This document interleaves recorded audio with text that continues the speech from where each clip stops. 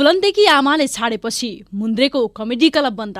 निर्मला कुर्मीको भारतमा मृत्यु, घटना पुग्यो अर्कै मोडमा। मुख्य अभियुक्त पक्राउ नपरेसम्म आन्दोलन रोकिन्न। उपत्यकामा अति विपन्न परिवारलाई 10,000 अनिवार्य हेर्नुहोला। अफगानिस्तानमा बच्चाहरू भोकै मर्न थाले। विश्वका नेता र अरबपतिहरूले लाज मानौ। लोडसेडिङ हटेसँगै विद्युतीय सामग्री आयात र प्रयोग बढ्यो। कर्मचारीको अवकाश उमेर हद 60 वर्ष बनाइदे।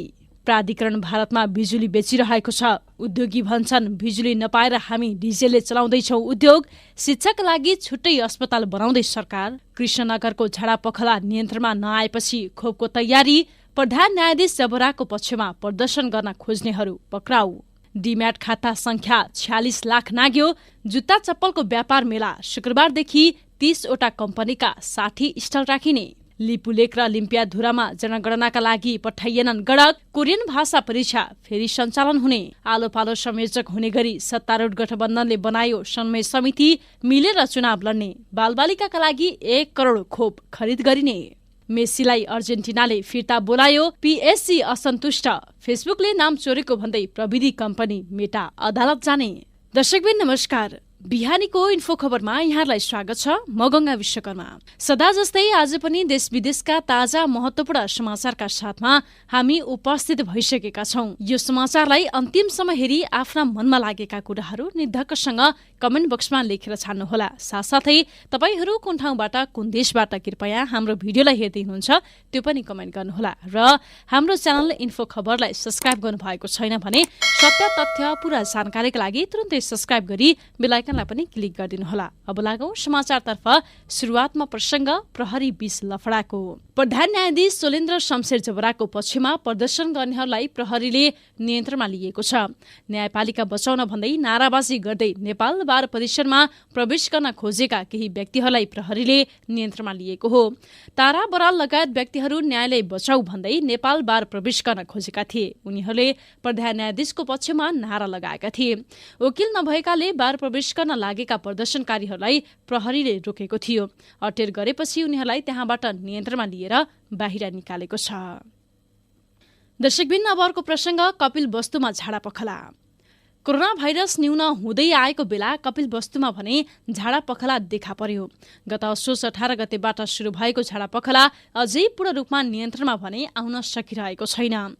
कृष्णनगर नगरपालिका 9बाट शुरू भएको झाडापखला शिवराज नगरपालिका, विजयनगर गाउँपालिका र यशोधरा गाउँपालिकाका नागरिकमा समेत लक्षण देखा परी अस्पतालमा भर्ना भएका थिए। प्रयोगशालामा परीक्षण गर्दा उनीहरूमा हैजा भएको प्रमाणित भएको थियो।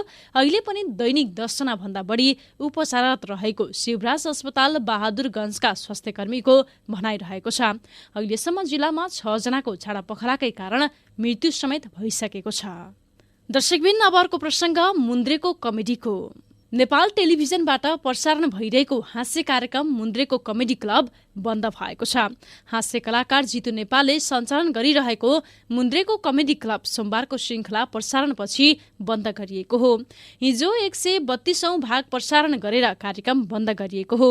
सोमबार काठमाडौँमा पत्रकार सम्मेलन गरी सञ्चालक नेपालले मुन्द्रेको कमेडी क्लबका कलाकार फुलन्देकी आमा उमेश राई अरू नै कार्यक्रममा आबद्ध भएकाले आफ्नो शो बन्द गर्नु परेको जानकारी दिनुभएको छ।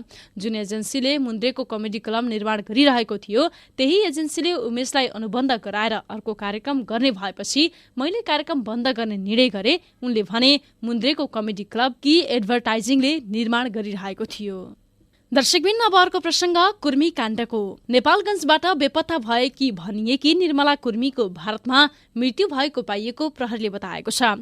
रूपैडिया नाकाबाट 15 किलोमिटर टाढा पर्ने जगन्नाथपुरको बाहलामा उनको मृत्यु भएको विवरणको प्रमाणित प्रतिलिपि स्थानीय ग्राम पञ्चायत अधिकारीले शनिबार नेपाल प्रहरीलाई पठाएका छन्, जसमा उनको 14 चैत्र 2076 मा मृत्यु भएको भनिएको छ। प्रहरीले उनीहरूले विवाह गरेको र मृत्यु भएको बेलाको फोटो पनि प्राप्त गरेको छ र अर्जुनसँग पनि बयान लिएको छ। प्रहरी स्रोतका अनुसार अर्जुनले श्रीमती निर्मलाको कालगतिले मृत्यु भएको बताएका छन्, तर जग्गा चाहिँ झुक्काएर हडपिएको उनले बताएका छन्। उनी निर्मलाको गाउँमा काम गर्दा रहेछन्। त्यही क्रममा विवाह भएको र भागेर भारत गएको खुलासा रहेको छ। अधिकारीले अनलाइन खबरसँग भने भारत गएको केही वर्षपछि मृत्यु भएको देखिन्छ। दर्शकबिन अब अर्को प्रसंग विपन्नलाई 10,000। अति विपन्न परिवारको सूचीमा रहेका काठमाडौँ, ललितपुर र भक्तपुरका 35,000 परिवारले प्रति परिवार 10,000 रुपियाँ पाउने भएका छन्। कोरोना महामारीबाट थलिएका अति विपन्न परिवारलाई राहत उपलब्ध गराउने योजना अनुसार नै सरकारले जारी गरेको कोभिड-19 को महामारीबाट प्रभावित अति विपन्न परिवार नगद हस्तान्तरण कार्यविधि अन्तर्गत उपत्यकाका 20 स्थानीय तहका परिवारले यो सहयोग पाउने भएका हुन्। रकम पाउने योग्य परिवारको संख्या काठमाडौँ महानगरपालिकामा सबैभन्दा बढी रहेको छ। काठमाडौँ महानगरपालिकामा मात्रै 16,270 परिवार अति विपन्न सूचीकृत रहेका छन्। तथ्याङ्क अनुसार उपत्यकामा 2 महानगर र 2 गाउँपालिका सहित 20 नगरपालिका 34,993 अति विपन्न परिवारले राहत पाउनेछन्। दर्शकबिन अब अर्को प्रसंग विद्युत प्राधिकरणलाई आरोप। प्राधिकरणले भारतमा बिजुलीको बजार बनाइरहेका बेला स्वदेशभित्रका उद्योगी व्यवसायीले भने आफूहरूले मागे जति बिजुली नपाएको बताएका छन्। नवलपरासी र रूपन्देहीका ठूला सिमेन्ट उद्योगहरू वैकल्पिक ऊर्जाको जोहो गरेर चल्न बाध्य छन्। आन्तरिक खपत नभएका कारण नेपालमा उत्पादित 500 मेगावाट बिजुली दैनिक रूपमा खेर गइरहेको दाबी प्राधिकरणको रहेको छ।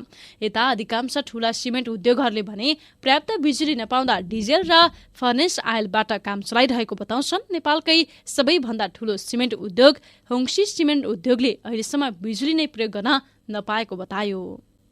दर्शकबिन अब अर्को प्रसंग भारतको दादागिरी। भारतीय पक्षको अतिक्रमणको कारण पटक पटक विवादित बन्दै आएको पश्चिम नवलपरासीको सुस्तामा फेरि भारतीय अर्धसैनिक बल एसएसबी का जवानले अतिक्रमणको प्रयास गरेका छन्। गत आइतबार र सोमबार हतियार र पोसाक सहित आएका एसएसबी का जवानले विवादित बनेको क्षेत्रमा नापजाँच गरेको स्थानीयले दावी गरेका छन्। सुस्ता गाउँपालिका वडा नम्बर 5 नारायणी नदी पारीको सुस्ता गाउँ कुल 40,980 हेक्टर क्षेत्रफलमा फैलिएको छ। त्यसमध्ये 7,500 हेक्टर जमिन मात्रै नेपालीले भोगचलन गर्दै आएका छन्। 14,000 हेक्टर नेपाली भूमि भारतीय पक्षले यसअघि नै अतिक्रमण गरिसकेको छ भने भारतीय पक्षको दबावको कारण करिब 19,500 हेक्टर जमिन आफ्नो भएर पनि स्थानीयले त्यसै छोडिदिएका छन्। दर्शकबिन अब अर्को प्रसंग सत्तारूढ गठबन्धनले सरकार सञ्चालन र आगामी निर्वाचन सरकारलाई सहयोग गर्नका लागि समन्वय समिति गठन गरेको छ। सोमबार बालोटारमा बसेको कांग्रेस माओवादी केन्द्र, एकीकृत समाजवादी, जनता समाजवादी र राष्ट्रिय जनमोर्चाको बैठकले 11 सदस्यीय समिति गठन गरेको माओवादी केन्द्रका नेता नारायण काजी श्रेष्ठले बताउनु भएको छ। संविधान बमोजिम आवधिक निर्वाचन सम्पन्न गर्न र सरकारलाई लोकतन्त्रको सुदृढीकरणका लागि सहयोग गर्न समन्वय समिति गठन गरिएको छ। 2 महिनामा संयोजक फेर्ने सहमति भएको छ। श्रेष्ठले भन्नुभयो, समन्वय समितिमा कांग्रेसबाट रामचन्द्र पौडेल र कृष्ण प्रसाद सिटौला रहेका छन्। यता माओवादी केन्द्रबाट पुष्पकमल दाहाल प्रचण्ड, एकीकृत समाजवादीबाट माधव कुमार नेपाल, जनता समाजवादी पार्टीबाट उपेन्द्र यादवको नाम दिएको छ। राष्ट्रिय जनमोर्चाबाट चित्रबहादुर केसी र दुर्गा पौडेल रहेका छन्। आलोपालो संयोजक हुने गरी सत्तारूढ गठबन्धनले बनायो समन्वय समिति मिलेर चुनाव लड्ने पक्का। यस विषयमा ओलीको आपत्ति हुने नै भयो, त्यो हेर्न भने अझ बाँकी नै छ।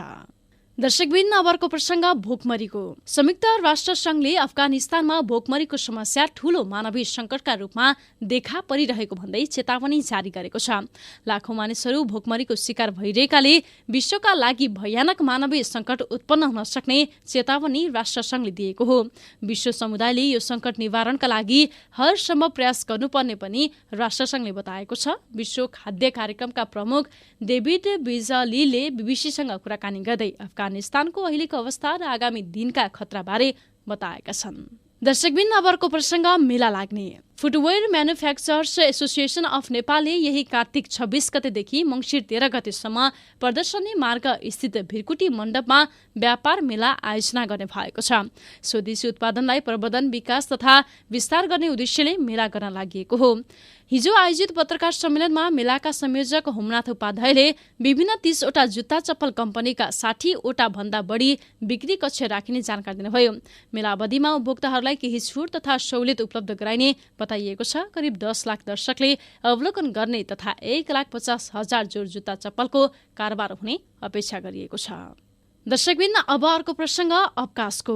संघीय मामिला तथा सामान्य प्रशासन मन्त्री राजेन्द्र प्रसाद श्रेष्ठले अध्यादेशबाट ल्याउन लागि संघीय निजामती सेवा ऐनमा निजामती कर्मचारीको अवकाश उमेर हद 60 वर्ष कायम गरिने बताउनु भएको छ। मन्त्री श्रेष्ठले अध्यादेशबाट ल्याउन लागि ऐनमा कर्मचारीको उमेर हद 60 वर्ष हुने गरी छलफल भइरहेको बताउनुभयो। अहिले निजामती कर्मचारीको अवकाश उमेर हद 58 वर्ष कायम रहेको छ। लामो समयदेखि संसदको राज्य व्यवस्था तथा सुशासन समितिमा पनि कर्मचारीको अवकाश उमेर हद 60 वर्ष हुनुपर्ने भन्ने विषयमा छलफल भइरहेको छ। दर्शकबिन अब अर्को प्रसंग शिक्षक हस्पिटलको। सरकारले शिक्षकहरूका लागि छुट्टै अस्पताल बनाउने तयारी गरेको छ। सोमबार बसेको मन्त्री परिषद बैठकले शिक्षक अस्पताल बनाउने ठाउँ खोज्न समिति गठन गरिएको हो। शिक्षा विज्ञान तथा प्रविधि मन्त्रालयका सचिव रामप्रसाद थपलियाका अनुसार शिक्षक अस्पताल बनाउने जग्गा व्यवस्था गर्न विमल चालिसेको संयोजकत्वमा 5 सदस्यीय समिति गठन गरिएको हो। समितिमा शिक्षक तथा मन्त्रालयका कर्मचारी सदस्य रहेका छन्। दर्शकबिन अब अर्को प्रसंग ईपीएसको। कोरोना महामारीका कारण रोकिएको रोजगार अनुमति प्रणाली ईपीएस अन्तर्गतको कोरियन भाषा परीक्षा पुनः सञ्चालन गर्ने तयारी भएको छ। ईपीएस परीक्षाको प्रक्रिया पूरा गरेका प्रतिबद्ध श्रमिक जान सुरु भएसँगै नयाँको लागि भाषा परीक्षा लिने तयारीको बाटो खुलेको हो। त्यसको तयारी सुरु भएको वैदेशिक रोजगार विभागले बताएको छ। विभागका महानिर्देशक दीपक काफ्लेले दक्षिण कोरियाको मानव संसाधन विभाग एचआरडीसँग नयाँका लागि भाषा परीक्षा सञ्चालन गर्ने बारे सहमति भएको तथा मिति भने तय हुन बाँकी रहेको जानकारी दिनुभयो। अबको परीक्षा कम्प्युटर प्रणालीबाट हुने र यसका लागि ईपीएस कार्यालयमा पर्याप्त कम्प्युटर नभएकाले यसपटक पुल्चोक इन्जिनियरिङ क्याम्पसमा रहेको कम्प्युटर प्रयोगशालामा गर्ने विषयमा छलफल भएको उनको भनाइ छ। दर्शकबिन अब अर्को प्रसंग बालबालिकालाई खोप। बालबालिकाहरूलाई समेत खोप लगाउन मिल्ने गरी 1 करोड खोप आउने निश्चित भएको छ। सरकारले फाइजर र मोडर्ना खोप किन्नका लागि यसअघि नै प्रक्रिया अगाडि बढाएको थियो। सोमबार बसेको मन्त्री परिषद बैठकले 1 करोड मात्रा खोप खरिद गर्ने निर्णय गरेको छ। स्वास्थ्य तथा जनसङ्ख्या मन्त्री विरोध खतिवड़ाले 1 करोड खोप खरिदका लागि यसअघि नै सुनिश्चित भइसकेको बताउनुभयो। उहाँले खोप खरिदका लागि मन्त्री परिषदबाट पास गर्नुपर्ने भएकाले मन्त्री परिषद बैठकले खोप खरिद गर्ने निर्णय गरेको जानकारी दिनुभएको छ।